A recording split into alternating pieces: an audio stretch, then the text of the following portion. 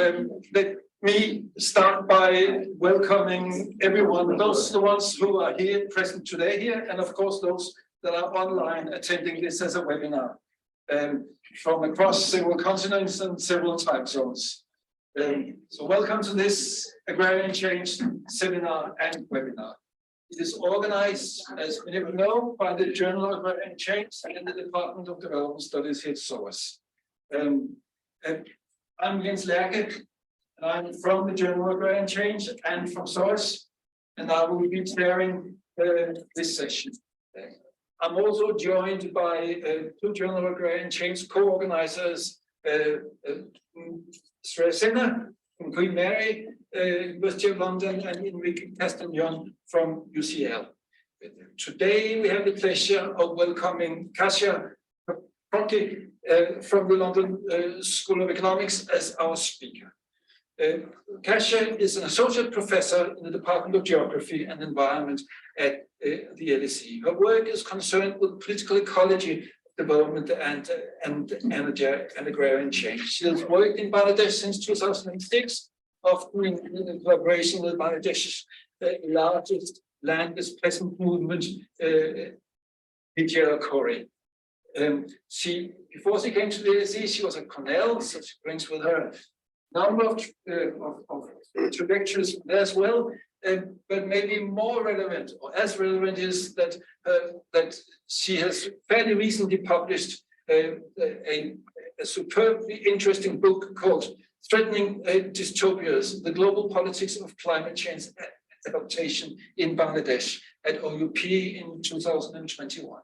And I think she'll draw on that in the presentation today. The title of her talk is "Threatening Dystopias: Development, Agrarian Change, and Adaptation in Bangladesh." The presentation will be followed, as always, by a question and answer session. And all that's really left for me to say before I hand over to Kasia is that we are recording this session. And if you do not want to be recorded, if you're online, simply don't use your audio and video. If you're here, don't turn around. You can find the full program of our webinar and seminar series on our website, Agrarian Questions. And with that, let's start today's program. Kasia, it's over to you for the next 50 minutes or so, and then we will go on to the Q&A session. Those that are online can already post questions and comments in the chat. For the rest of us, we will have to keep them in until we actually reach the Q&A session. Over to you. Thanks. Jens, yes, just remove the. I will.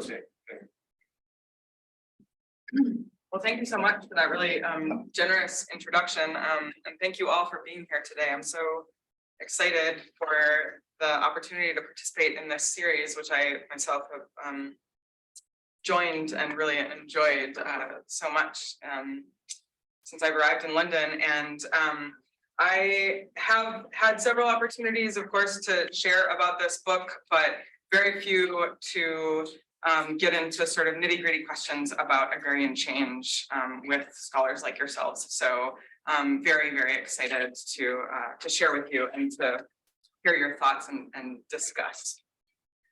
All right, so what I'm going to talk to you about today is the possibility of rural futures in the time of climate change, about who has the power to determine those futures, and about how that power is exercised. I'm going to talk to you about the implications of dystopic visions of a climate changed future for policy and for the livelihoods of people whose lives are seen as under threat, particularly in places like rural Bangladesh. I'm also going to talk to you about a different vision of the future being pursued by some agrarian communities in Bangladesh and how they are resisting those dystopic imaginaries. I argue that these alternative imaginaries are critical to understanding and shaping policies for climate change adaptation. Okay, so I'm going to start by showing you a brief animation that frames the content of what I'm going to talk to you about today. It appeared on the front page of the New York Times website just a couple months after I started fieldwork for this project in early 2014. I'll talk afterward about what I think is notable about this clip, But for now, make sure to note the area on the map that's labeled Dhaka, which is roughly the area where my field sites are located.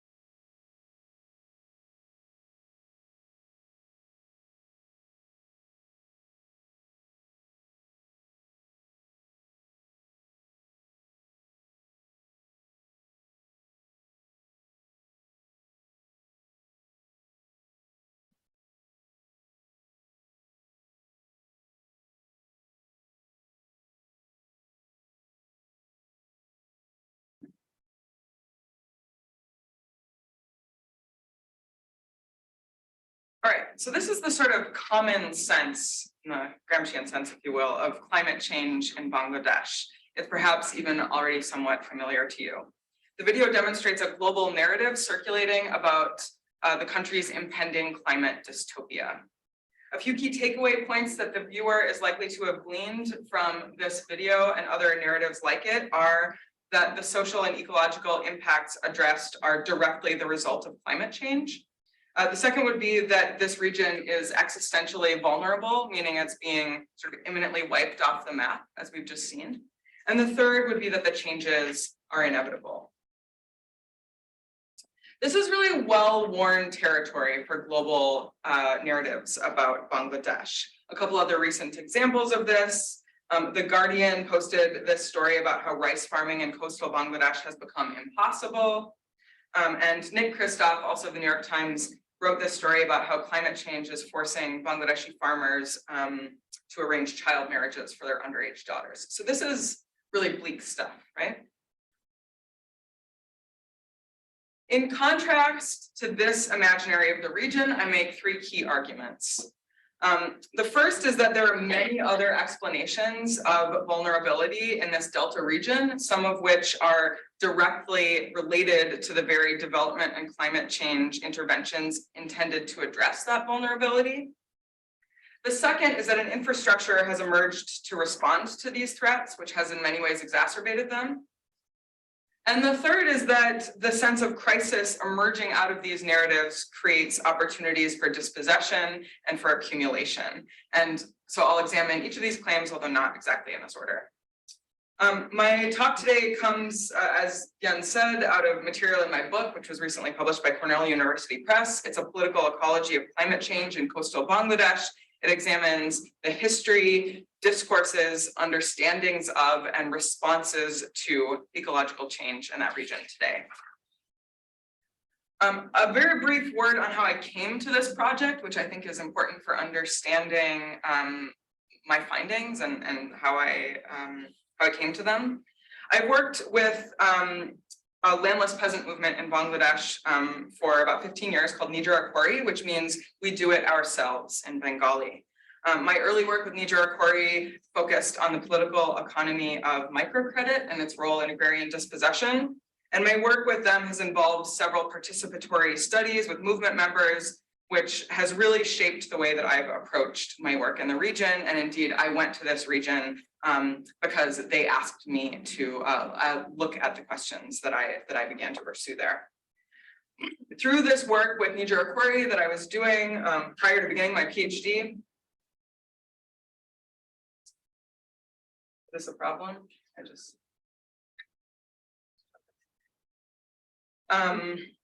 I became interested in studying the expansion of shrimp aquaculture through development programs in the coastal region. The movement has actively opposed this shrimp aquaculture for the past 30 to 40 years. Shrimp aquaculture grew rapidly in coastal Bangladesh in the 1980s, largely through illegal and often quite violent land grabbing.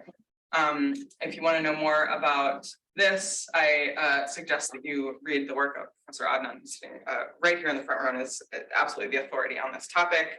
I began my work in this region after sort of talking with these peasants and also reading Chopin's work as a sort of study specifically of the agrarian political economy of shrimp cultivation. So that's what brought me to this, the region before I even started thinking about climate change. But then through this earlier work in the region, it became clear to me that this expansion of shrimp aquaculture has become intimately tied up with climate change adaptation and discourse, along with basically every other development intervention in Bangladesh today. Shrimp farming is today being used as a climate change adaptation strategy. So my interest in climate change arose out of this sort of ubiquity of adaptation interventions, and this is itself important to the way that I approach my research questions.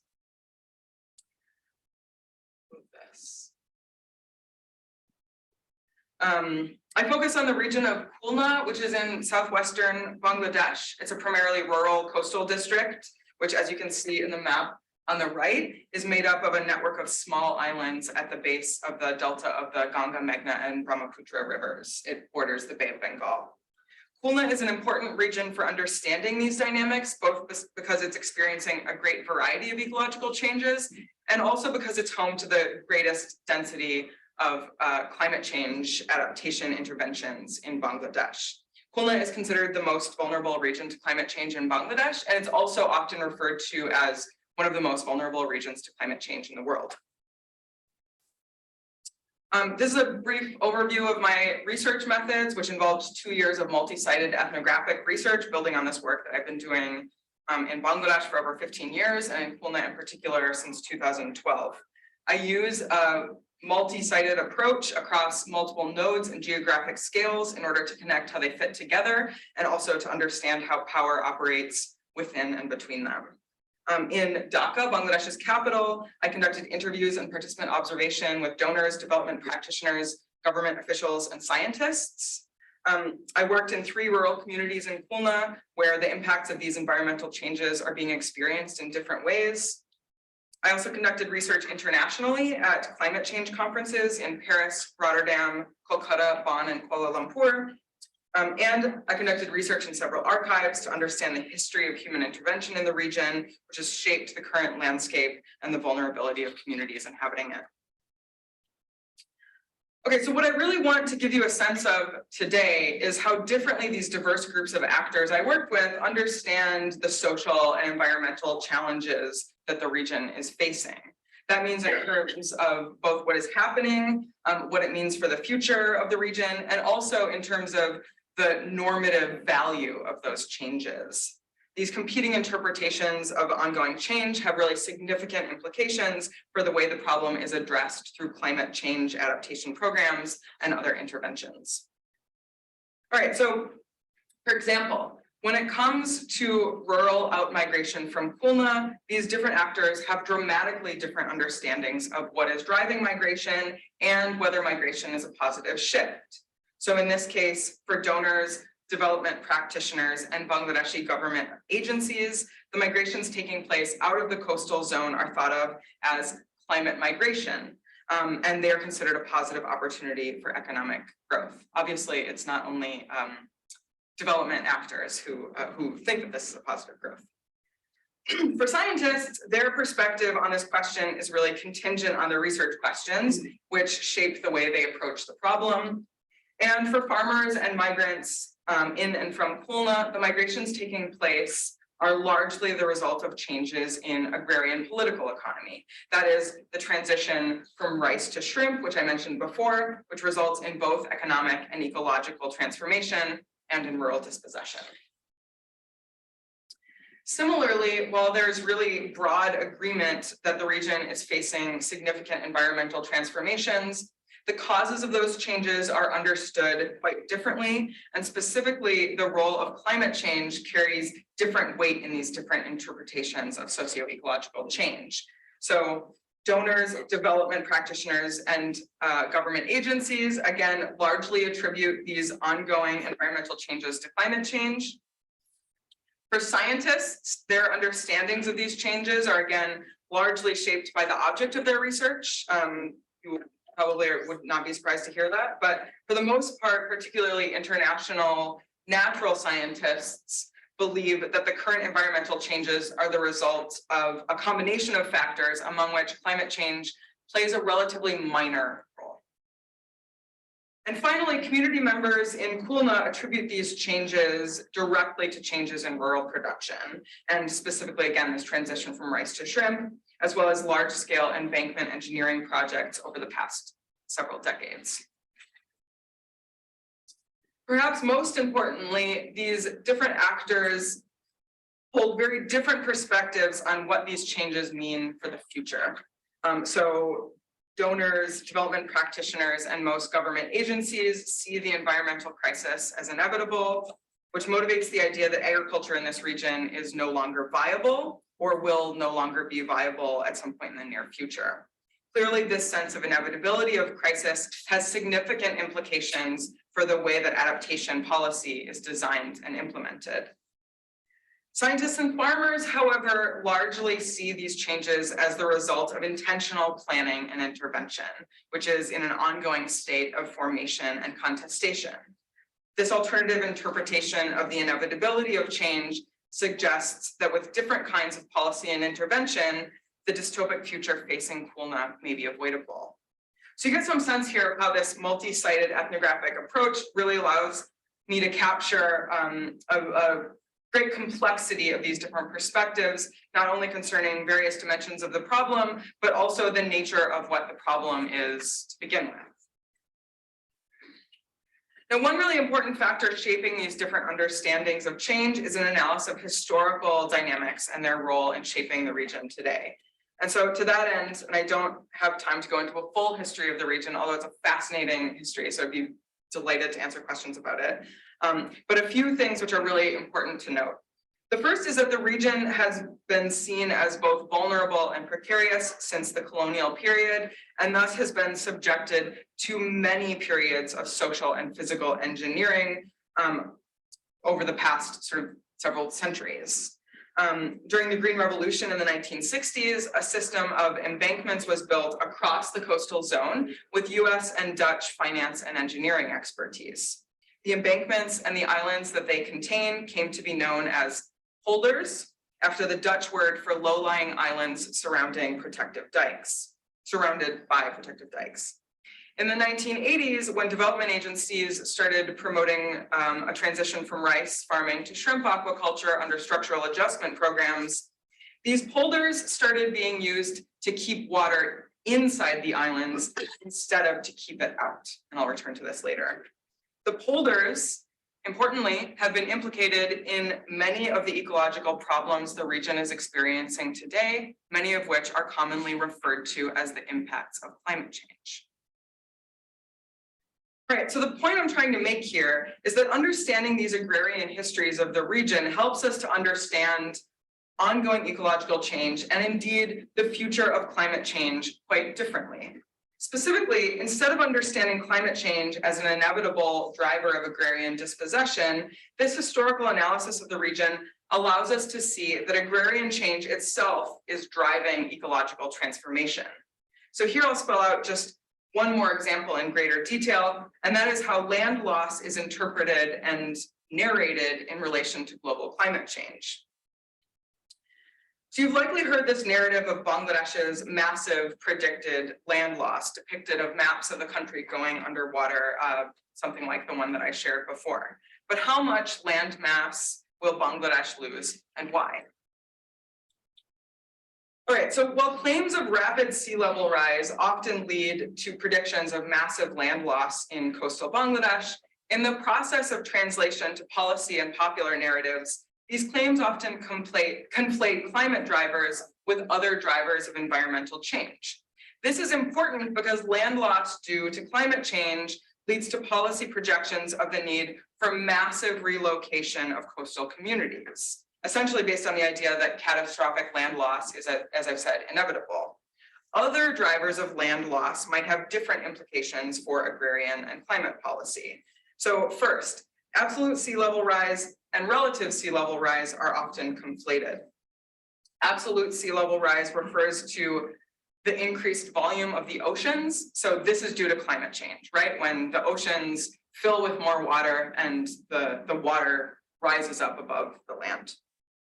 Relative sea level rise refers to the height of the sea relative to land at a particular point, and this is often driven by the vertical movement of land itself. In the case of Bangladesh's coastline, the land itself is rapidly subsiding, and this is causing relative sea level rise. This is a natural dynamic in the delta, but has become an acute problem largely because of the system of polar embankments that I mentioned earlier.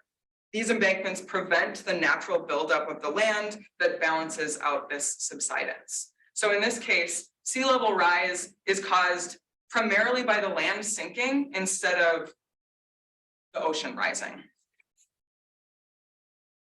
Erosion is also often conflated with sea level rise. This is depicted in the pictures like this one from Reuters that you might have seen in stories about climate change in Bangladesh. What's missing here is that this active delta is in a constant state of both erosion and accretion. Accretion means like the land being built up, which means that sediments are constantly moving between land and water throughout this river system that often manifests as erosion, as we see here, but it also manifests as accretion, meaning that the land is being built up by sediments moving from one place to another. So as you can see in this map, which was created by the late geographer Hugh Brammer, it depicts erosion in blue and accretion in red. As you can see, the coastline is actually accreting faster than it is eroding. Some natural scientists believe that the increased sediment load coming down from the Himalayas, from glaciers melting due to climate change, will cause Bangladesh's land mass to grow instead of to shrink, even in the context of losses due to absolute sea level rise in the future. These competing narratives of land loss are important because of their implications to the management of the landscape and the communities that inhabit it. While the political economy of development in the region shapes these understandings of environmental change, at the same time, the sense of inevitability of land loss also shapes how agrarian production and social reproduction in the region are governed.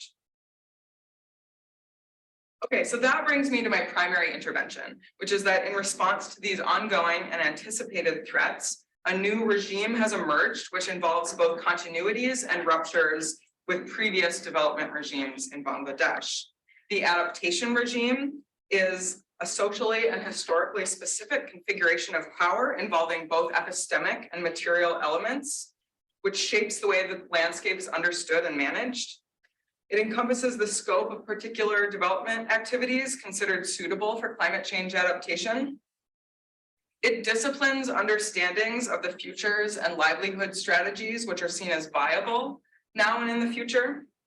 And it facilitates accumulation. And it does this in particular through a vision of a transition away from agrarian livelihoods toward urban export-oriented production and the radical transformation and dispossession of rural communities. The foundations of this regime are grounded in the historical relations of development in Bangladesh, and in two dynamics in particular. That is, first, the idea of Bangladesh as a basket case, in the infamous words of former US Secretary of State Henry Kissinger. And the second, in the related use of rural Bangladesh as a development laboratory, where researchers and development agencies are free and welcome to experiment with new technologies in development and adaptation. So these historical dynamics of development in Bangladesh, both epistemic and material, also play a really critical role in the adaptation regime. The adaptation regime, importantly, involves the spatial governance of water and land management, along with various other development activities and production practices. It is not a unified or coherent vision, although it does contain several key continuities. This is a map that was shared with me by a World Bank consultant who said that it's replicated in various forms in almost every internal report or proposal circulated within and among development agencies conducting adaptation work in the coastal zone. The map indicates which agencies are operating which programs in various folders with the intention of avoiding duplication and also of claiming particular spaces for particular modes of intervention. So this particular map, which reflects only a handful of the most relevant projects for this specific report, indicates a series of programs supported by the World Bank and the Dutch Embassy in particular, each of which refers to a different paradigm of landscape engineering water and land management, and of potential accumulation. The polders indicated in green are listed in the key in the bottom left as available for blue gold, which is a recent Dutch program proposing similar work. The first time I saw this, I thought, this map really recalls those produced at the Berlin Conference and the Scramble for Africa in the 19th century, in the sense that it reflects how the landscape and the authority to manage its future are divided up to be managed under the adaptation regime far from the communities that inhabit it. One of the most significant continuities with prior development regimes is that the transition from a rural economy to an urban one is seen as not only a positive development, but also a necessary one. Under the adaptation regime, these discourses about urbanization have merged with those concerning climate migration, a narrative which renders migration both inevitable and desirable. This new narrative about the inevitability and desirability of migration in the time of climate change and its relationship with development is not particular to Bangladesh, of course. At a side event at COP21, the UN Climate Conference in December 2015, I heard a talk by a development practitioner who had this to say, and I'll read it. We need to talk about development and climate change together. Development needs to be at the center of the conversation about climate change. If we go ahead 30 years down the road, if we're looking at a village today, maybe no one in that village will live there anymore and they'll all be working in a garment factory down the road. So our job as development practitioners is to help manage that structural transformation for the benefit of the people who live in those villages. So even as this unidentified village in the practitioner's parable is intended to refer to essentially any village anywhere in the world, it also very concretely pertains to the vision of development generated under the adaptation regime in Bangladesh in particular. The idea that people might move out of their villages into Dhaka or peri-urban export processing zones where they can get jobs in garment manufacturing is a central part of this vision for adaptation in Bangladesh today. It is this vision of the importance of such migration to Bangladesh that a program manager from DFID, which is the sort of erstwhile British development agency, was referring to when I heard him give a talk in Dhaka about the climate migration dividend at a seminar on climate migration. At this same seminar, attendees were given this bag of sort of like development swag, which if you've spent any time in Bangladesh, is very common. It included this mug, which if you can't read it, says, "Livelihood migration, not a threat, a tool for climate change adaptation." And what I want to point out about this narrative, and this is something that I heard repeatedly in my research, is that it's predicated on the idea that rural lives in Khulna might not be worth saving. In this way, migration becomes a solution not only to climate change, but also to the normative problem of rural livelihoods, which are not part of this vision for a developed Bangladesh. All right, so here I'm going to shift to talking about the 3 sites in Khulna where I conducted research with farmers in rural communities. I chose these sites because they've taken very different approaches to navigating these ongoing transformations in the region, and also because they illuminate different possibilities for ongoing rural livelihoods there. The first community is Polder 23, which has almost entirely transitioned from rice agriculture to shrimp aquaculture starting in the 1980s. In order to better understand the nature of outmigration from Khulna, I also conducted interviews in a slum in Calcutta with migrants who have left Polder 23, but I see that as essentially an extension of my work in that field site in Polder 23. Second, Polder 22 has historically resisted the transition to shrimp, largely through the mobilization of the landless social movement that I mentioned earlier, and therefore farmers there continue to grow rice and other agricultural crops. And finally, farmers in Polder 29 have transitioned from shrimp back to the earlier mode of agricultural production through this same social mobilization we see in Polder 22. Okay, so I've been talking about this transition from rice to shrimp, and this is where that transition comes back into play. These are images from Polder 23, the island in Khulna where shrimp has been produced commercially since the early 80s. As you can see, most of the trees in this village have died and little else grows there but shrimp. Shrimp cultivation has been celebrated as a key strategy in climate change adaptation in Khulna, as a means of creating an opportunity out of a threat.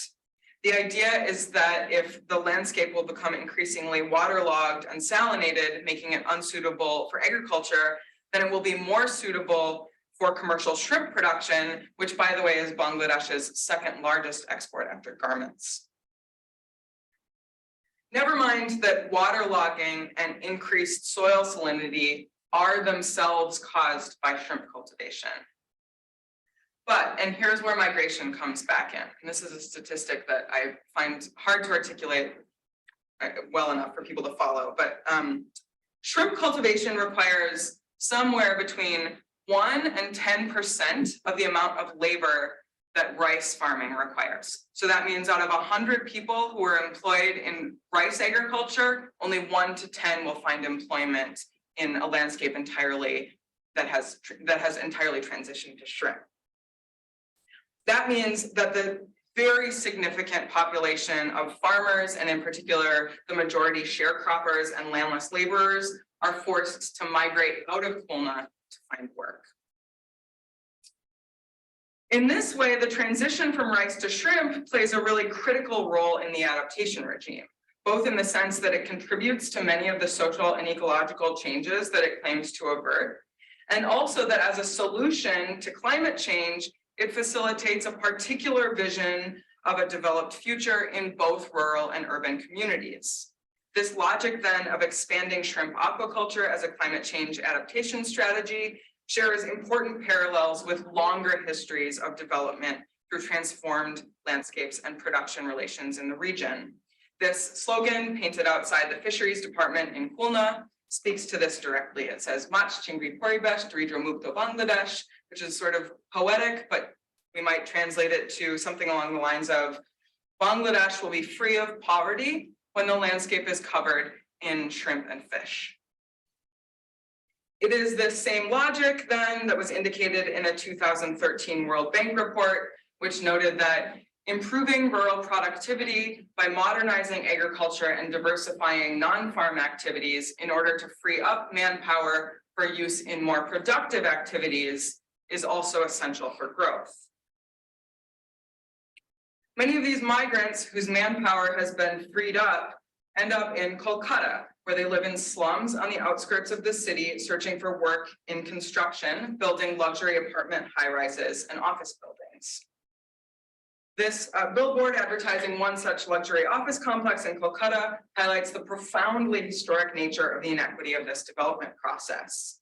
In this ad campaign, British colonial officials serve as spokesmen for the amenities available to India's growing economic elite. The labor of migrants from places like Khulna is necessary for achieving this vision of development, as is the rural dispossession that makes their labor available.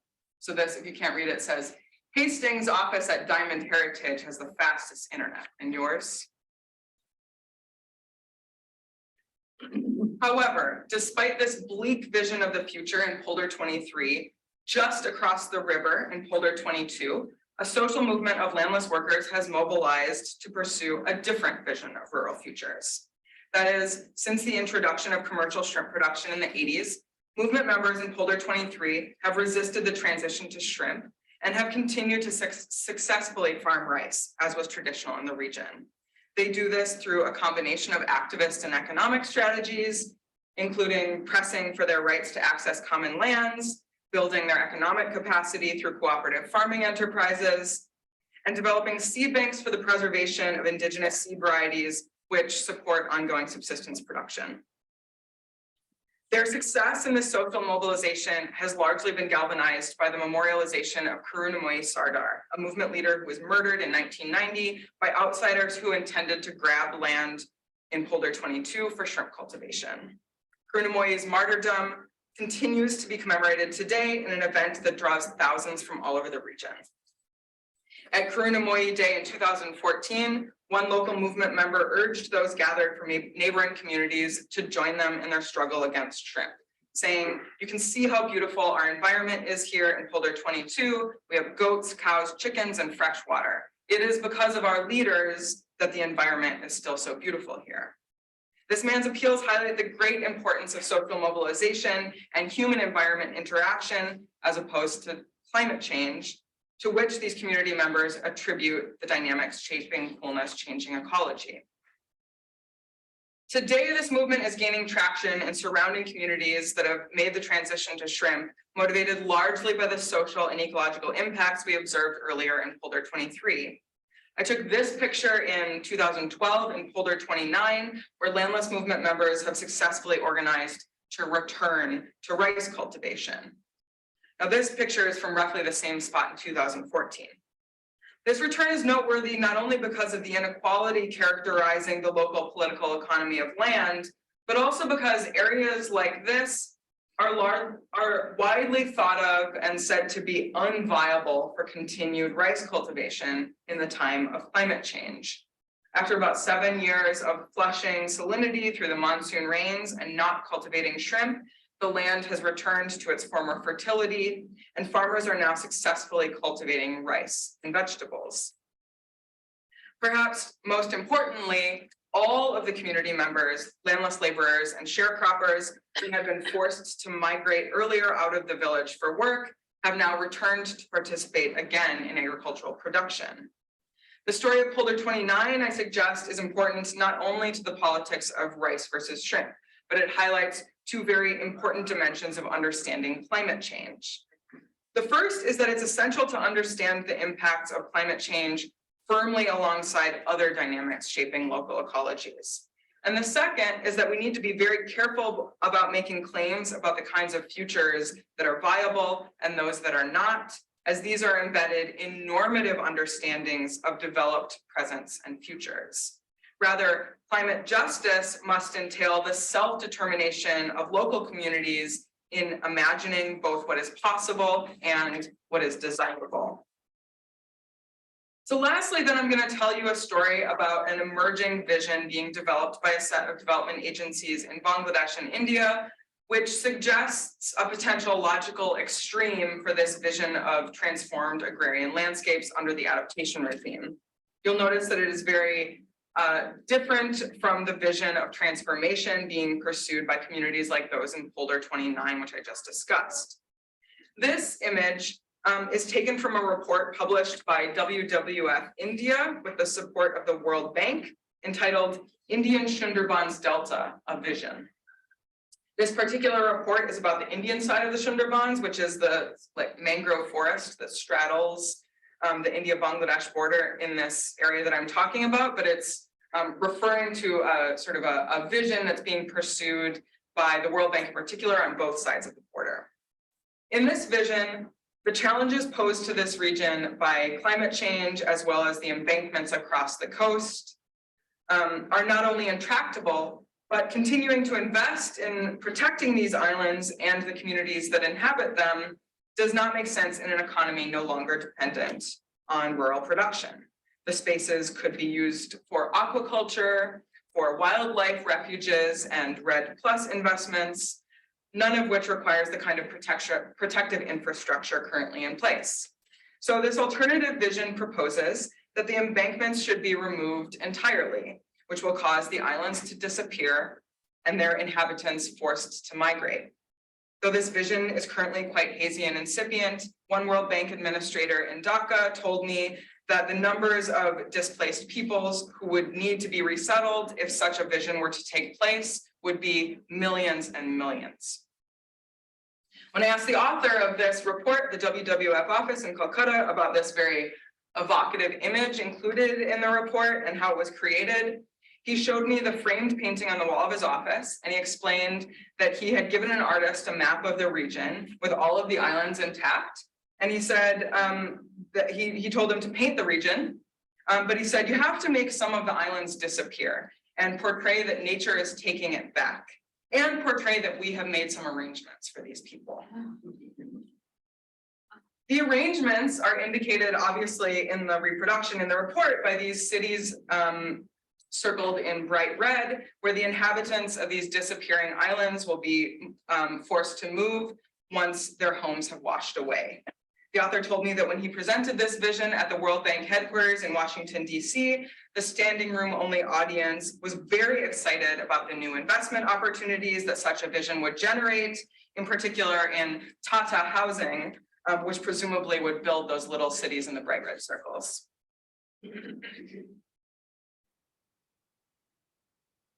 Okay, so very briefly in conclusion, I've demonstrated that adaptation both responds to and produces social and ecological transformation, and that the adaptation regime is a useful lens through which to understand the material and epistemic dimensions of producing and governing these transformations. More broadly, my work demonstrates that Bangladesh is not more vulnerable to climate change because of some natural proclivity of this new global environmental shift. It is more vulnerable because of a planned historical process of development within a global capitalist system. My argument, therefore, is not that the ecological crisis in southern Bangladesh is not related to climate change. It is that the ecological crisis cannot be understood outside of the social, political, and economic drivers that have produced it historically. This intervention then is important not just in Bangladesh, but in all communities that are navigating uncertain and unequal socio-ecological futures in the time of climate change. Thank you. Thank you. Thank you so much. Let's just bear with me while I try to stop sharing screen, etc. Here, let us see.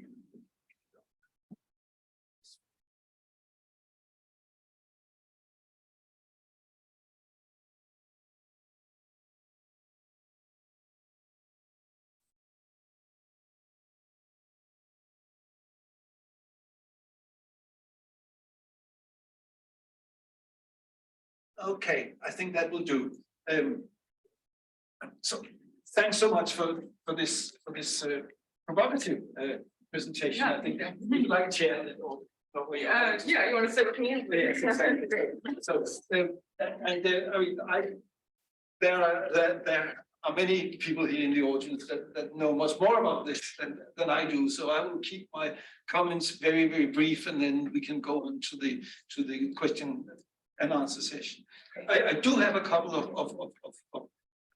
questions, comments, requests for more insights. So one thing is, of course, the strong argument that climate change in Bangladesh will not lead to the disappearance of the islands. I thought that was hugely interesting, and I would love others to engage in that. I haven't got the insights to engage with that, but that is hugely interesting. That is really a policy issue, or what the trajectory will be more than a given. I thought that was extremely interesting. If we look at the adaptation regime you're talking about then here, so the argument is, if I understand it correctly, that it is better for rural people to stay doing paddy farming and the like than it is to engage in shrimp farming, because they will be alienated, having to move away, or to move to the cities to work in the garment sector. And the argument, if I understand it correctly, is that that is because the kind of conditions they will experience when they move away, like the slums of Calcutta, simply are so horrible that it is much better to be to move forward with the economic development in the countryside, and that is possible to do in a labor-intensive way. So I'd like to hear if you're happy with pushing the argument to that point. So that is one question.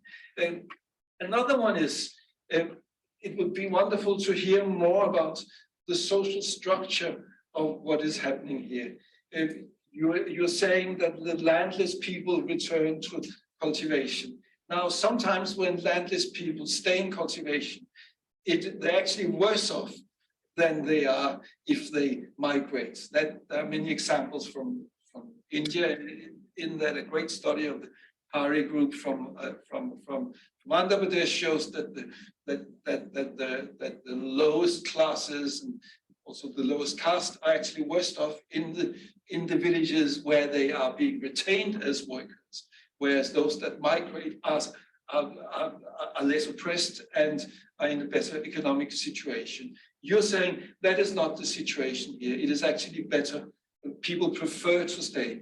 If I get that correct. So I think that is also more about that understanding of the different social groups would be very interesting. And third point, but here I'm really exceeding my brief, is that I understand other scholars of agrarian change in Bangladesh. Jeff Wood, I understand, argues that what's going on there is a kind of branchier agrarian state that is not necessarily, it's not that farmers engage, that they hire in companies to do tilling and so on. So in his view, if I understand that correctly, there is a process going on there that is not back to rice farming. And if I understand Shapanatnan, there is primitive accumulation, there are power relations that are quite significant in the countryside in Bangladesh. And I just wonder how you see your findings in relation to the much better understanding you will have of agrarian change in Bangladesh than I have. So maybe so please choose answer as much or as little as you will on that now, and we can get on to other questions afterwards. Yeah, those were the thoughts that I had after listening to this extremely interesting presentation. great, thank you. Yes, very good questions, and yeah, I'm not going to say predictable questions, but one I should have anticipated and addressed more fully in advance. So the point that I have made about the adaptation regime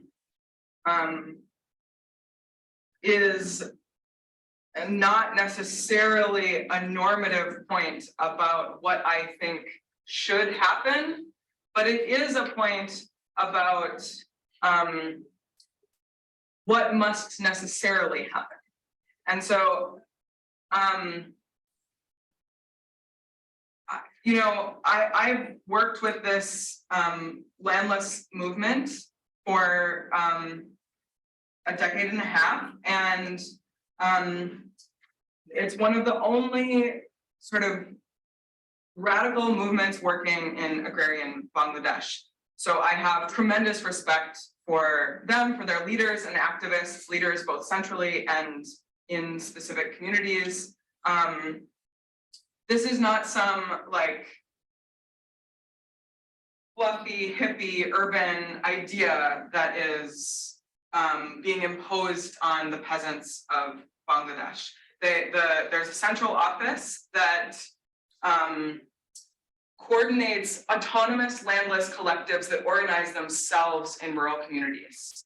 And so those autonomous collectives have decided collectively among groups of agrarian workers what they would like to pursue for their communities. And so when you say, like, is your argument that it's better for people to stay in farming?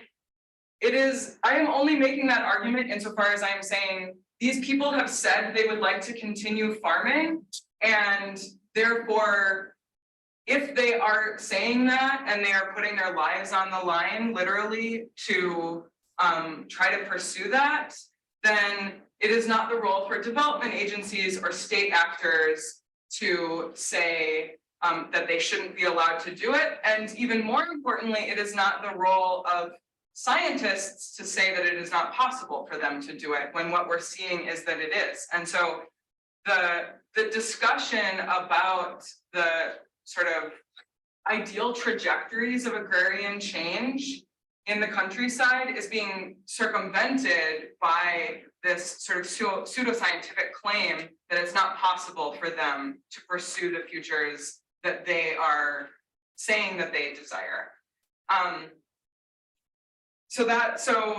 and if, if pressed to make a normative claim, I will say, yeah, I support their movement. And so, if that's what they're saying they want, then I support it. The other part of your question is a really nuanced and important question about whether that is what is best for landless people. And I think that, and I published an article like 10 years ago in JPS about, in this sort of like critical discussion of food sovereignty movements, which addresses directly the question that you're asking, which is that for a lot of landless people, it is better for them to be able to migrate seasonally for agrarian work.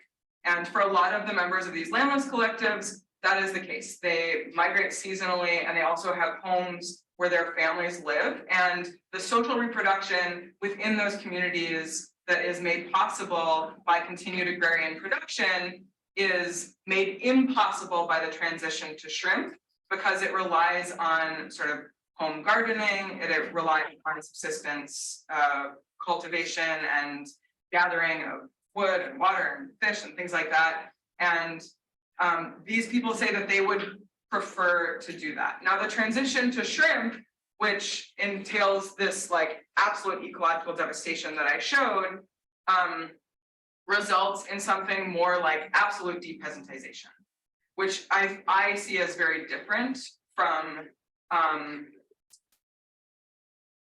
the kind of vulnerability that is involved in like agrarian livelihood dependent on agricultural day labor,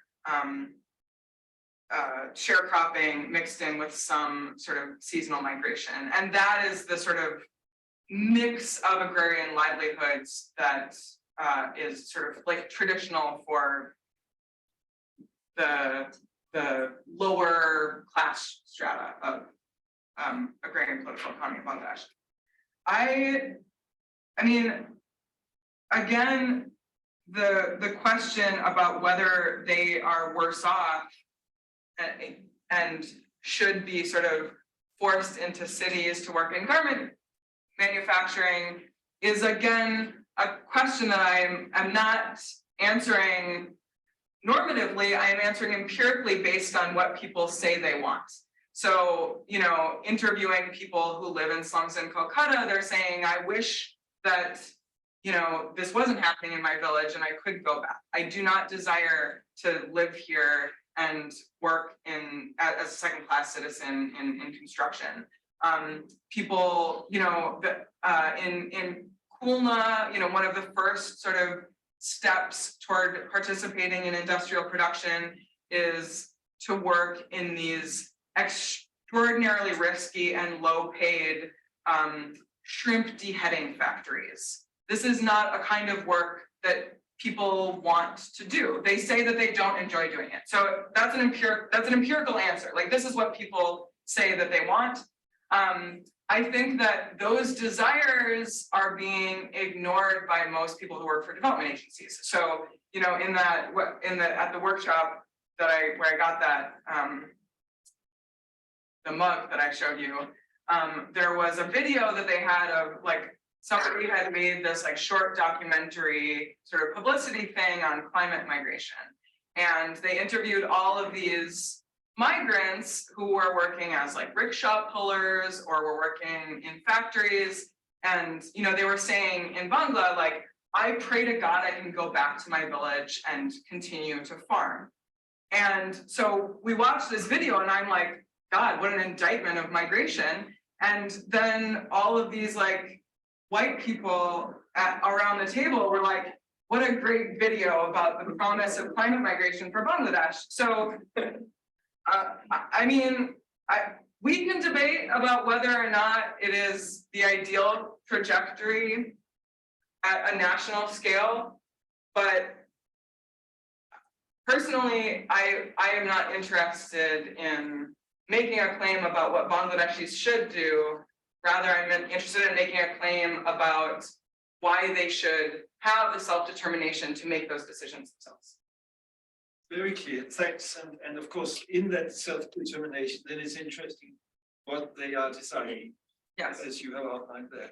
Now, so we're now opening up the floor for questions which those that are present here at the seminar, of course, can signal the usual way, and those that are online can raise their hands, their electronic hands, and in case that for some reason that doesn't work, they can write to me and or wave, and I will try and notice. Those that are online can of course also write questions in the chat, and I can see there are some requests more there than anything which we will return to. But let us now start with the questions. Henry first. Yeah, I'd like to thank you for the presentation. I thought it had an exemplary clarity and structure to it. Perhaps it also hints at the danger, which is when it's so clear and well structured, one's mind is attracted to the things that are left out, as it were. And maybe these are in the book or in other work you've done. First question that interests me, as so often in discussions about what's happening in South Asia, is demographic. What is the demographic? What are the demographic patterns and changes over time, over the sort of period that you're looking at, you know, indeed from colonial or late colonial onwards? Because I think that is often neglected, and I think to raise a question is not to be a Malthusian. It's to ask a very material question. Second, really, is just picking up on what Jens raised. I mean, anybody who enters this seminar know they're entering the furnace of agrarian political economy as class analysis. And I was just incredibly struck by you mentioning dispossession, you mentioning unequal power, and then there's these movements of landless people who are putting forward a vision and a practice of farming. So, you know, where do they get the land on which they're going to farm, and what kind of antagonistic forces are there antagonistic to them? Apart from the World Bank, which I absolutely loathe, and the development apparatus, but are they not relatively powerful locally in the kind of development quote is taking place, like true farming and all the ancillary activities and so on? Thanks, Henry. Please, I think we will start out by taking one question at a time. Yeah. So both really excellent questions. I might actually punt the first question to Chopin, because I would be very interested to answer that question. But he also probably can answer the second question better than me. But I that's what I would really like to focus on, because I think that it is the most interesting question here, and one that I like get into the weeds of a little bit more in the the final two chapters of the book. So there are absolutely extremely antagonistic local class politics within the villages that I discuss, and they're important in all sorts of ways. So I'll give just a couple examples. The first is that in Polder 29, where I talked about this transition from back to rice, they were only able to achieve that transition because of a coalition with a group of small landholders. And so what do they call it? They call it like the Saline Water Resistance Committee, which worked in collaboration with the landless workers movement. The Saline Water Resistance Committee was these small landholders who were opposed to shrimp cultivation because shrimp cultivation actually is not lucrative for smallholders for the most part. And so most of the people who, and I mean, you know, the land grabbers who were pushing this transition very early on were very, very wealthy urban elites who were not residents and who came from outside and didn't have anything to do with like local agrarian production. There has been since some sort of slow move toward creating opportunities for smallholders to participate in some of the shrimp cultivation, but these people have not found it to be lucrative. And also, it doesn't, even when they participate in it and have sort of, you know, on the best of terms, like succeeded financially, it wipes out any kind of agrarian social reproduction, which, you know, is not just based on making money. And so even so, like in one of the chapters, in one of these chapters, I sort of start with an ethnographic vignette with a sort of a smallholder who has been very sort of financially successful in Polder 23, which is this area that's been totally wiped out. And he says, you know, my sons have now gone to work in the city and they're traders and they can no longer live here because there's no life here. And everyone is leaving. Like, we can't continue to live in this village. Our village is ceasing to exist because of this transition. And he says he wishes that they could go back, even though he has ostensibly like earned money and gained materially from this transition. And so everyone who like wants to live in these villages, whether they have gained or not financially from the transition, is saying this is not viable for us to live in this kind of landscape. And there's a cross-class movement to move back to agrarian production. Now, there also is a lot of contention about how agrarian production is organized, obviously, but that is a different kind of class antagonism than the class antagonism of outsiders coming in, taking land, and sort of patrolling it with, like, you know, these people like almost sounds like goons who have weapons to like protect the shrimp ponds.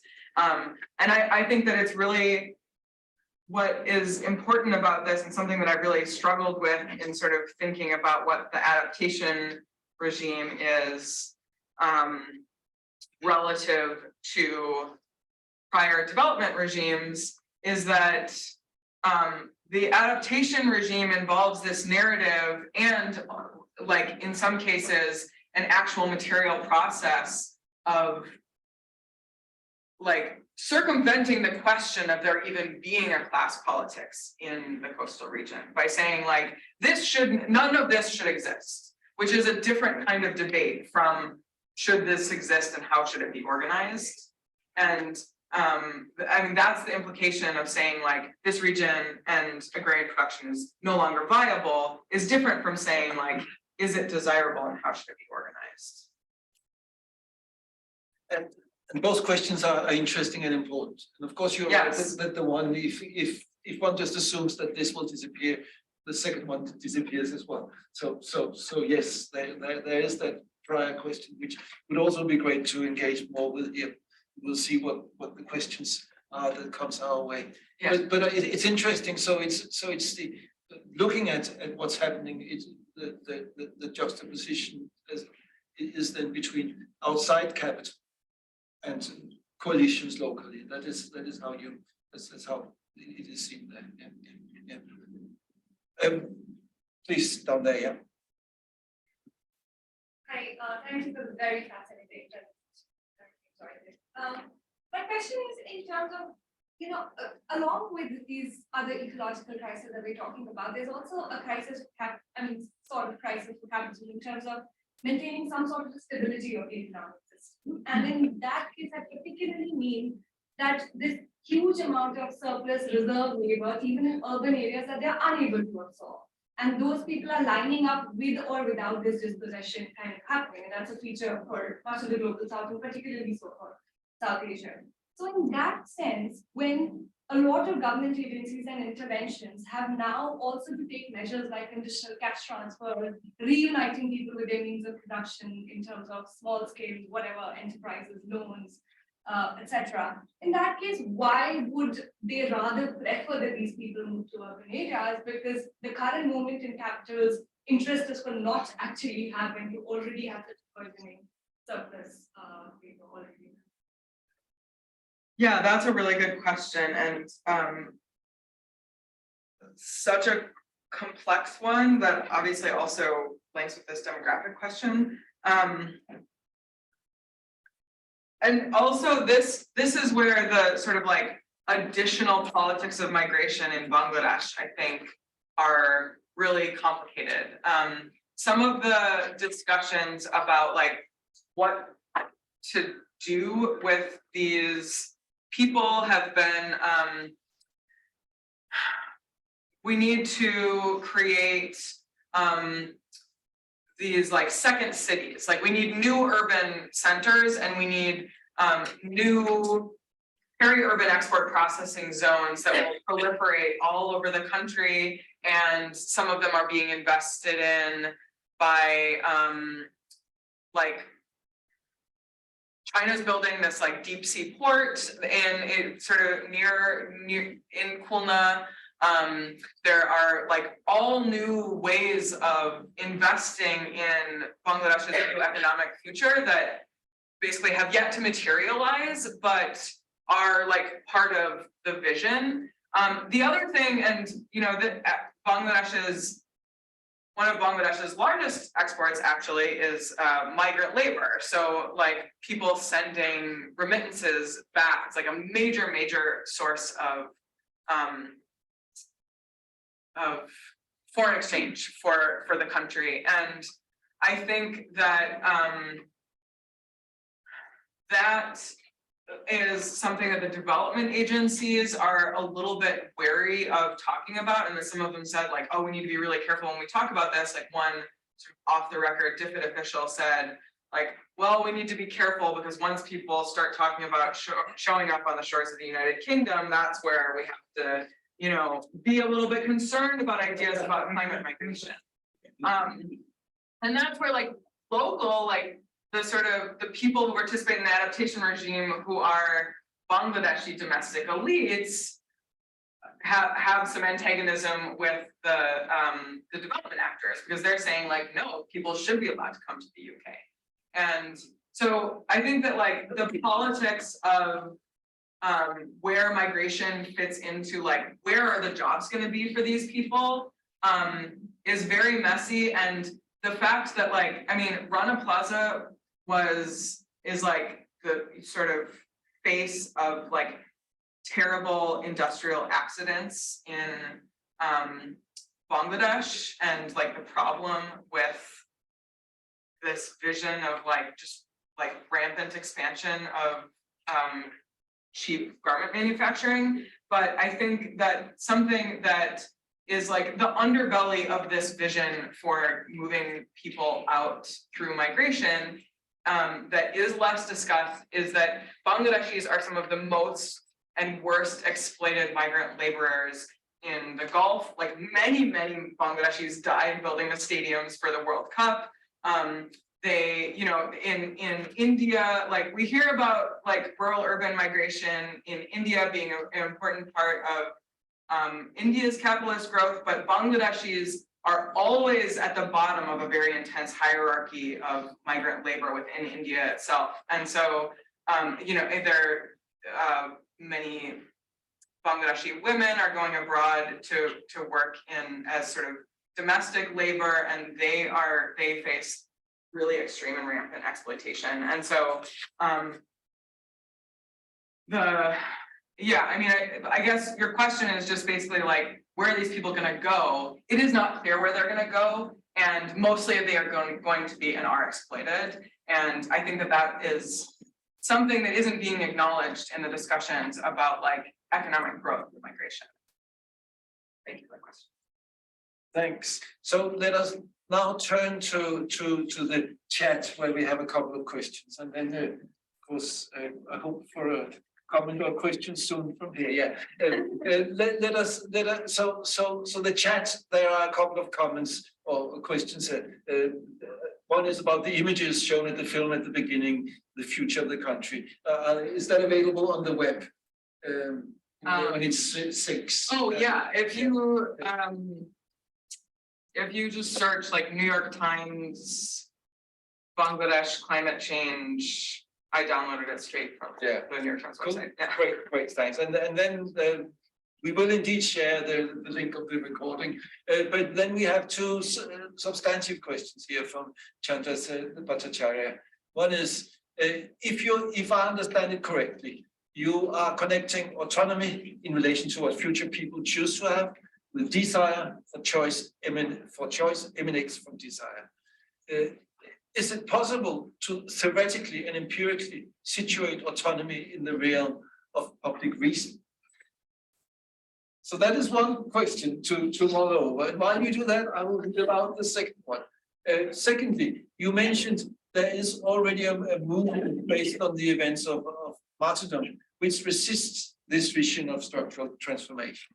My question is, what larger political narrative, stories, imagery from Bangladesh's history and the folklore history of Greater Bengal Delta this employs? Yeah, thank you. Very complex questions. I'm not sure I've totally understood the first one, but I guess what I'll say is that certainly the desires that people have for different kinds of futures, agrarian futures or otherwise, are shaped by the political economy of possibility in rural Bangladesh. And so that isn't an answer to your question, but I don't know if I can answer. The second question, so imagery from Bangladesh's history and the folklore history. So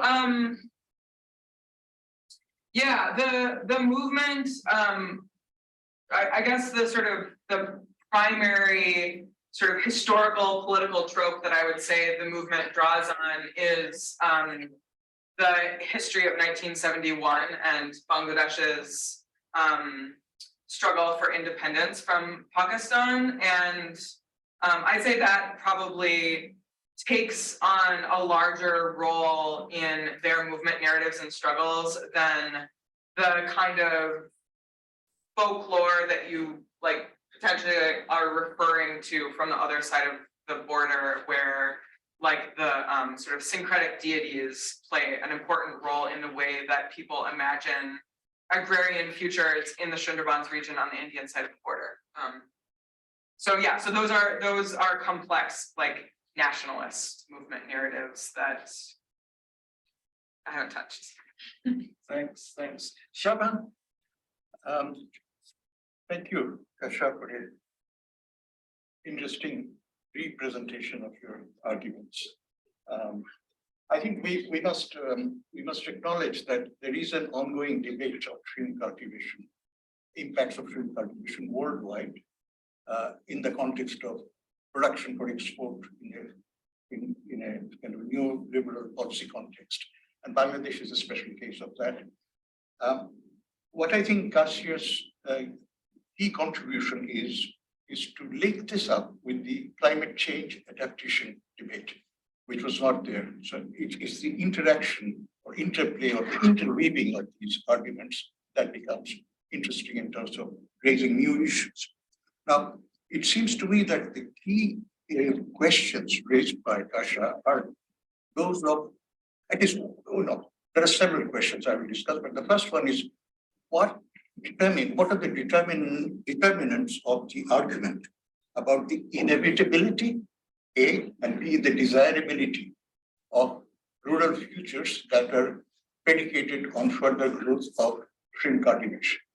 Now, to summarize, the kind of arguments that you have given, which incorporates the views of donors, development agencies, and powerful elements of the Bangladesh government, is that this is an opportunity, it's an avenue of growth, and what one must do is to help these poor people in the Delta exit agriculture, very much in line with the World Bank's agriculture report in 2008 and what Tanya Mariali critiques in terms of the exit strategy, which is advocated and recommended, but which is not actually facilitated at all by any of these agencies. So there is this kind of heroic assumption that, yes, this is the future and people need to transition. How the transition is their business. That's not something that the World Bank is going to invest in. So there is that kind of thing. And a very interesting point here is that reinvention of shrimp farming as a solution, as a panacea for coping with climate change and sea level rise. That is something that we get in this Bangladesh debate. I do not know whether we have that in any of the other shrimp growing parts of the world, but certainly, this is a point to make. Now, against that, you quote views of the people who were affected. So people you sort of met and interviewed in the coastal borders, but also as far as Calcutta slums, but out migrated. And there is this kind of narration, at least, for people's expression of wanting to return home and going back to paddy farming and so on. Now, there is perhaps no doubting of the sincerity or the sort of earnestness of those expressions of desire, but these are also tinged with an element of nostalgia and romanticism about going back home. And this really needs to be examined because, large-scale out-migration, eviction of people over decades is a kind of socio-demographic change which is very hard to reverse in real life. And this has been happening since at least the 1980s, if not earlier. I should also add that out-migration is not, in the Khulna region, is not only due to shrimp cultivation. The polders that you referred to, these huge embanked areas, themselves had design faults, which led to large-scale perennial waterlogging in some of the polders that you mentioned, but also all across that region. So the issue of out-migration from polders which were perennially waterlogged, where rice cultivation would no longer be pursued, without any intervention of shrimp cultivation, pre-existed what we see after the shrimp thing. So those things need to be disaggregated. And my question to you is, how rigorously has this evidence been examined in terms of people returning? Are these the same migrants who went down to Khulna and started pulling rickshaws? Are these the same women who were working in the deheading depots of Khulna? Or are these new people? Or are these people who claim to be the people who existed there? I think, I don't know what your evidence is, but it's very hard to pin this down without very rigorous fieldwork-based evidence. And I've not come across any such evidence. Second set of issues pertains to the question of politics that Henry raised. And the politics here is very complex, and I have some impressions of it. I do not think I would claim to understand it all. But let's start with the success stories. Older 22, the Nigeria Police resistance groups, landless groups have provided the resistance. Despite the fact that folder 22 is an extraordinary oasis of green vegetation in this very barren, saline tract. There are chinks in that armor. There are bits of folder 22 which have been taken over by outsiders. There has been co-option of some of the people inside. And ironically, the very landless groups who have resisted shrimp cultivation inside the folder have taken on contracts for doing shrimp cultivation, shrimp farming on the outside the embankment. So in a sense, they are part of that game and they're not really outside that. If we move on to sort of the other extreme, folder 23 and others, where it is completely shrimp farming where rice production has been taken away, virtually no resistance remains. And there are many reasons for that, which I don't really have time to go into, but it's like there are situations where if you have very large consolidated shrimp farms, farmers with small plots which fall in those holdings, in those shrimp farming plots, really don't have much chance of surviving as pet cultivators because of externalities. I mean, saline water flows from one another, there is saltwater canals and so on.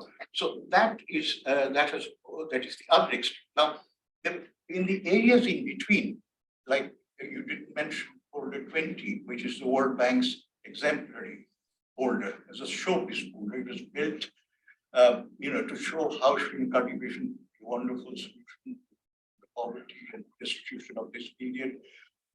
It looks like a ruined, magnificent ruined temple these days because all of the structures are now run down. But there are battles there going on between groups which are still resisting and those who have taken over. And that kind of pitched battle is much more evident in the Dhaka area that you noted earlier, where literally you had coalitions of landless groups and small farmers fighting with shrimp growers. And the fighting has taken the form of sort of medieval set piece battles with battles for each sluice gate. It's the control of the water structure, the water flows, and thereby controlling salinity, which is crucial for shrimp farming. That's been the issue. And so I think that the same is true in 29, that they guard the sluice gates with lattes. So that they also do that in folder 20 World Bank's folder, where they have control, where the land is control of freshwater farming. So what I think we see in this landscape is incredible class struggles going on, which have not yet been kind of, there has been ultimate resolution to make this field go. So you have uneven outcomes. You have some folders which have been completely taken over by shrimp farming, some folders where it's in between, and some where shrimp has been driven out, and there has been some kind of return. But the return question is interesting because we really need to very rigorous empirical analysis to see who has returned. Is it the same people who were evicted? That we do not know. My final set of points is about the idea of depolarization. Now, this is not the first time that depolarization has been talked about. In contrast to what you described with the World Bank and the Calcutta or Indian consultancy firms and their idea of letting the islands disappear into the water and somehow providing for the people who are thereby depicted. In the 1990s. Tidal river management. Is that your tidal river management? No, not quite tidal river management.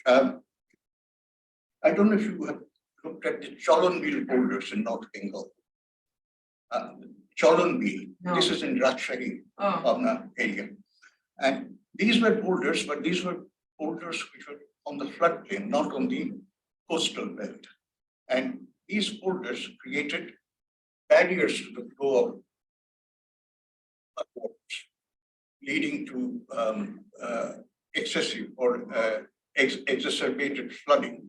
So what then happened was people who were on the outside of these embanked folders decided to cut open the embankment so that the water would go away.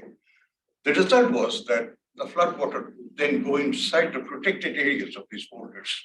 The people who were then swamped decided, well, we're not going to have this. So they cut open the embankment on the other side. And in the Chollenville area, you have a series of boulders. You get a series of cutting open of these embankments. Now, what that meant was there was, in effect, through intervention by peasant resistance groups, you had a situation where the water flow was returned almost to what it was before the embankments were built. This led to some consultants, including McDonald's and others who were involved, talking about the Green River scenario, by which they meant that we go back to the pre-existing situation. Now, that is a very different kind of depolarization. It is basically taking out the embankments and proving right the arguments by P.C. Mohananobish of Calcutta University in 1929, who predicted that this is what would happen if you built embankments to the flood plain. But what is being advocated by the World Bank and company here is very different. It's not going back to the pre-existing scenario. It's in effect sacrificing whatever little there is in terms of habitations and economic activities in these boulders, which will then be left to the mercy of Mother Nature to reclaim and so on. So I don't quite see the justification of that. It's an interesting fact.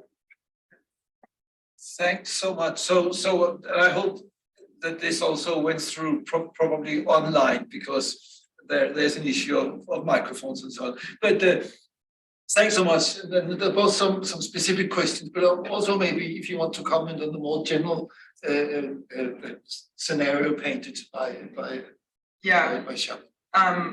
Yeah, thank you so much for all of these thoughts. I hope that we'll have more chance to discuss them, because there's tons to comment on here. So I'm just gonna try to respond to a couple of things that I think are sort of general interest.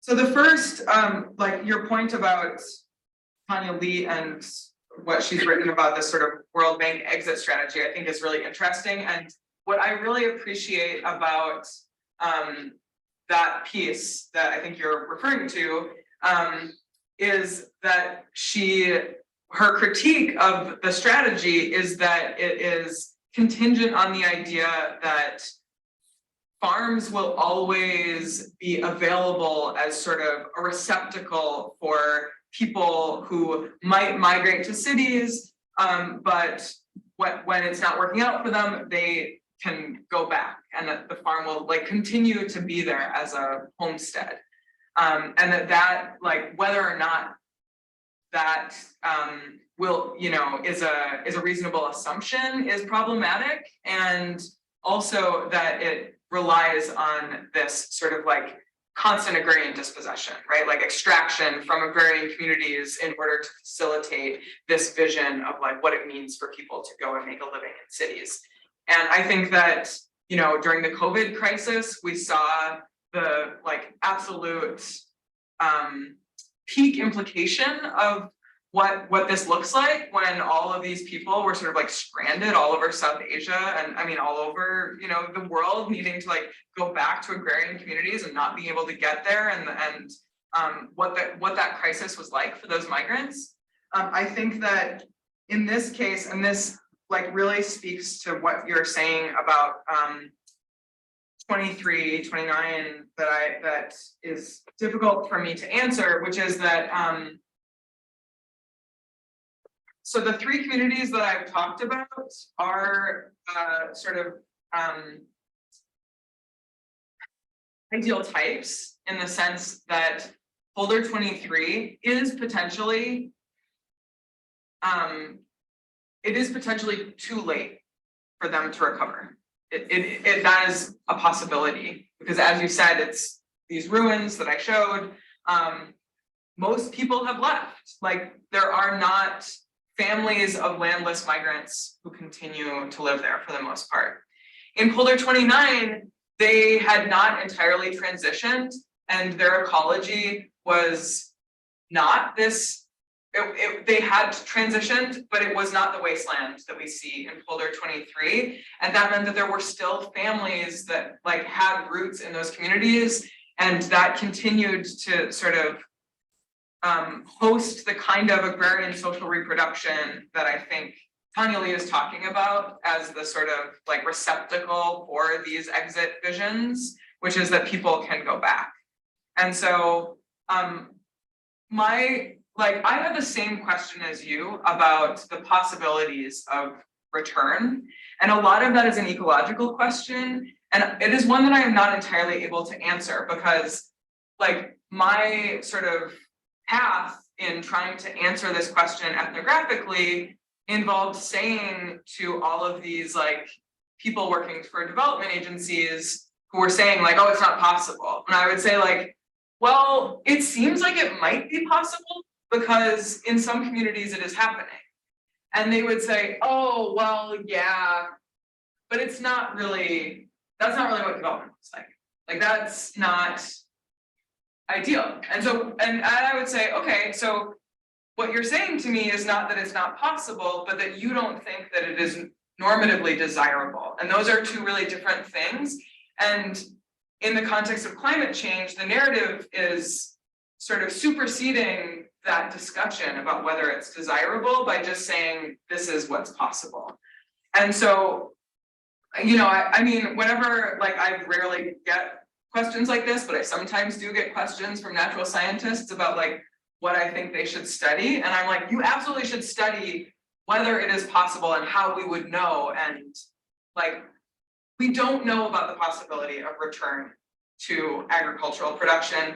We do not know if it is possible to recharge the aquifers with sweet water. Like, we don't know if agriculture is not viable and where. And so in folder 23, it's possible that it's not. We literally don't know. In folder 29, we know that it is. In Dhaka, we saw that they went back to rice, so we know that it is.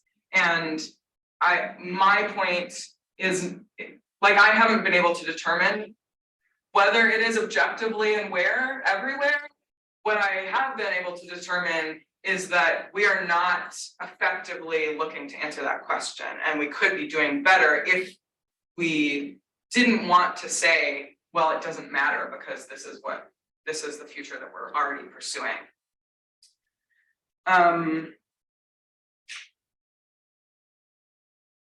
Okay, yeah, I have so much else to say. I guess the last thing I will say about what you have said, which is related to the point that I just made about like what we know and why I think that this sort of science and technology studies dimension of this project is really important, is that the questions about depolarization also are being over-determined by development agencies that fund the kind of work that's happening on what might happen. So one of the things I have written about in the book is that, there have been these sort of experiments with like cutting down the embankments, and what does it mean to like bring some sediments back in selectively. And these have all been really ad hoc, and the vision that the World Bank is proposing is pretty different from ones like what you described, which is very interesting. I would like to know more about it, because what they're saying is like, maybe we just let the whole region go, we tear down the embankments entirely. And that is a totally different thing from like, how do we manage the sediments and the water so that people can continue to inhabit these regions? And I think that, so like the World Bank at some point in Bangladesh, when they started thinking about this depolarization vision, they had like a tender for projects that for something they called Polders 2.0. And the Polders 2.0 project was, they were looking for consultants to propose plans for like alternative polder visions. And one of those visions had to be what happens if we remove all of the embankments, which are indeed extremely problematic, as you said, like they are causing subsidence which I showed, like the polders are terrible. They're doing terrible things socially, ecologically. People have been protesting the polders since they were first being constructed before they were finished, and they were always problematic. But we don't have the information to know what that could look like. And when the World Bank created this statement for tender, like give us proposals, it specifically said that the only consultants that could bid on this Polders 2.0 project were foreign consultants.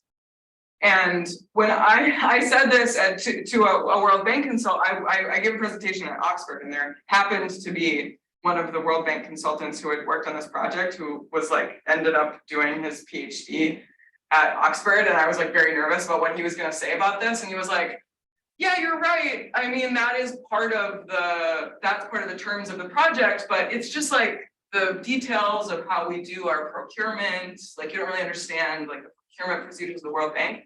And I was like, okay, you're telling me it's technical, but also there are so many Bangladeshi engineers who are brilliant, who grew up in Khulna, who understand the ecology in really, really complex and nuanced ways that incorporate really robust understandings of the political economy of the region that Dutch consultants cannot begin to understand. Bangladesh is this delta is the most dynamic delta in the world.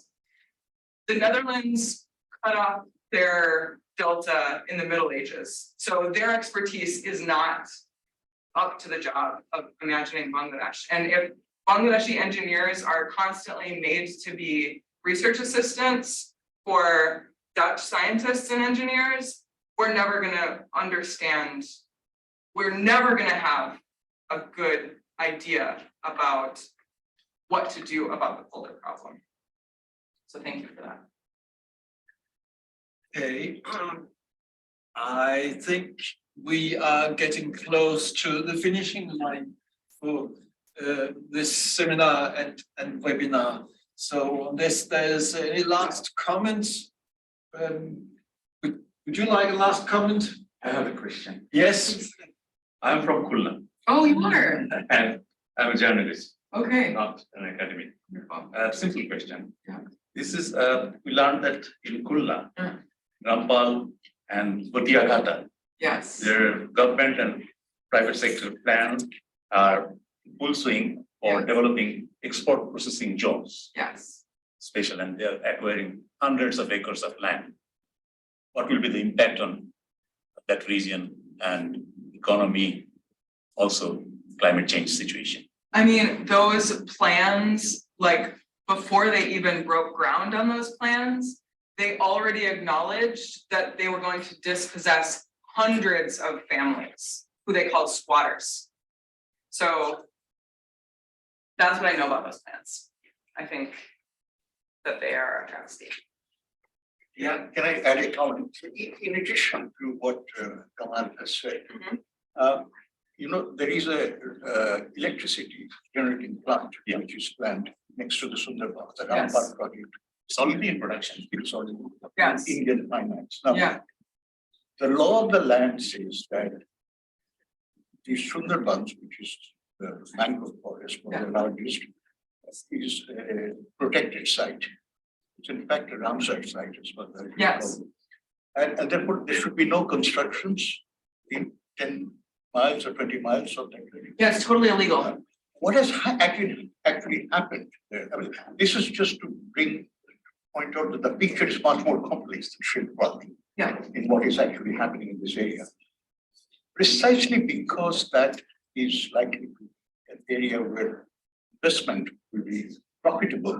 Almost the entire land area along the river from the Rampal plant as far as it gets to Sundarbans has been already bought up by government. Yeah. And there are, signboards saying, this belongs to such and such, such and such.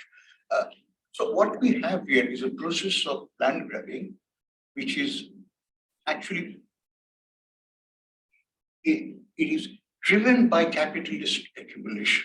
So you have a case of primitive accumulation, which is in fact driven by capitalist speculation as contrasted with the conventional view that grabbing of land like enclosure of the commons, and this somehow leads to capitalist farming and so on. So you have a much more complex process going on in this whole area, and that simply provides the overall backdrop into which we need to situate the impacts of frame farming and the narratives about it and the interpretations.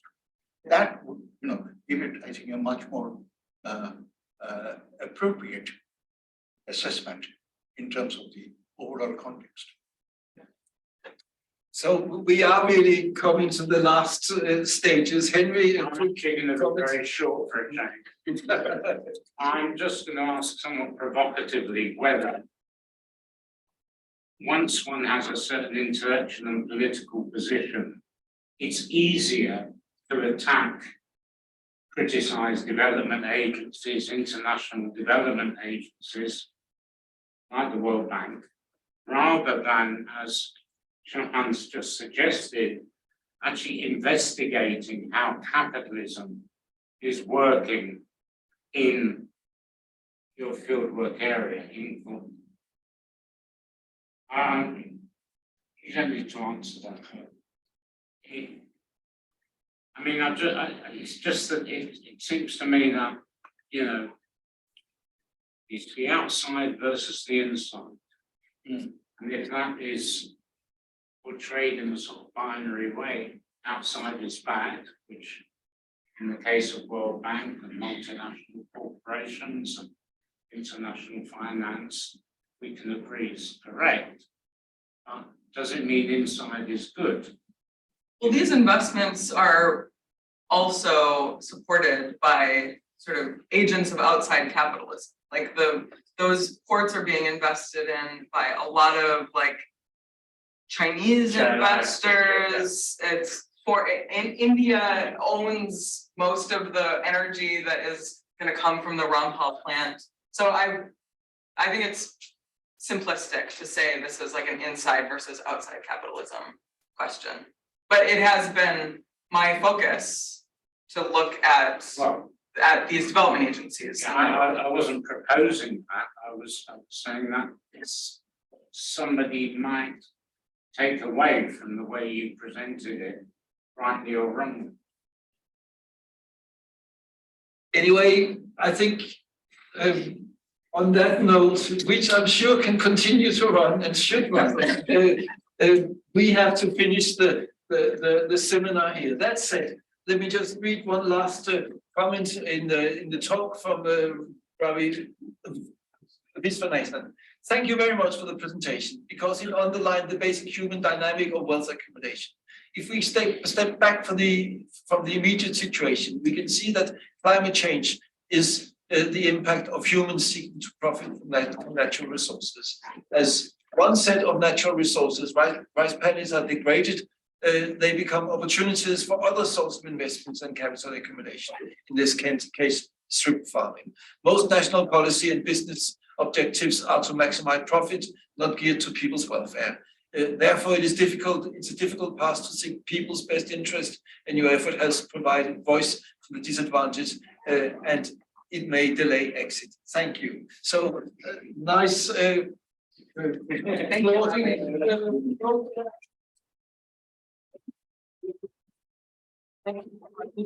also my task now to briefly say that our next agrarian change session is in 2 weeks' time. It will be a webinar only, and we have Pablo Lapena from the University of Georgia and Johanna Kunin from the National University of San Martin in Buenos Aires to talk about different part of the world and different issues. They will talk on farmers, plants, and poison, ambivalences over pesticide use in Argentina.